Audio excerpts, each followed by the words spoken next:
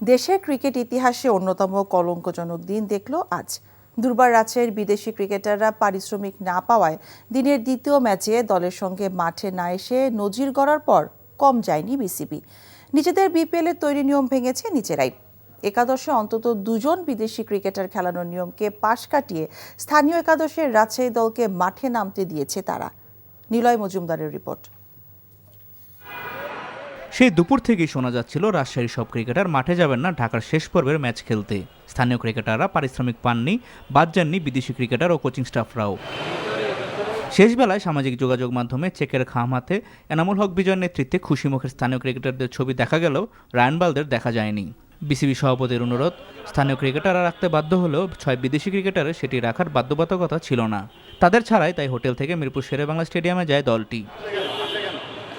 দলের ব্যবস্থাপনা পরিচালক ভ্যালেন্টাইন গ্রুপের শফিক রহমান কথা দিয়ে না রাখার একের পর এক উদাহরণ, সেখান থেকে ব্যতিক্রম হয়নি রোববারও। বারবার প্রতিশ্রুতি ভঙ্গ করার কারণে কেউই তার কথায় আস্থা রাখতে পারছেন না। বিপিএলের ইতিহাসে তাই প্রথমবার কোনো বিদেশি ক্রিকেটার ছাড়া মাঠে নেমেছে কোনো দল। নিজেদের নিয়ম নিজেরাই ভেঙেছে গভর্নিং কাউন্সিল ও বিসিবি। এমন কলঙ্কজনক এক ঘটনার পর তাই সতর্কবার্তা শোনানো ছাড়া আর কিছুই ছিল না বোর্ডের।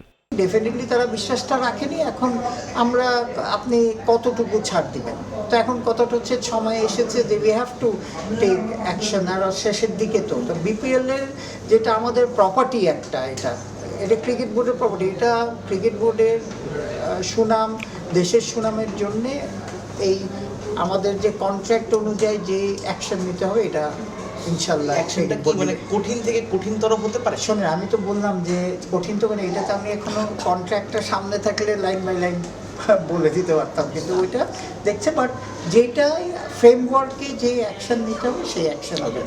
রাজশাহীর এই ঘটনা ফ্র্যাঞ্চাইজ ক্রিকেটের ইতিহাসই বিরল।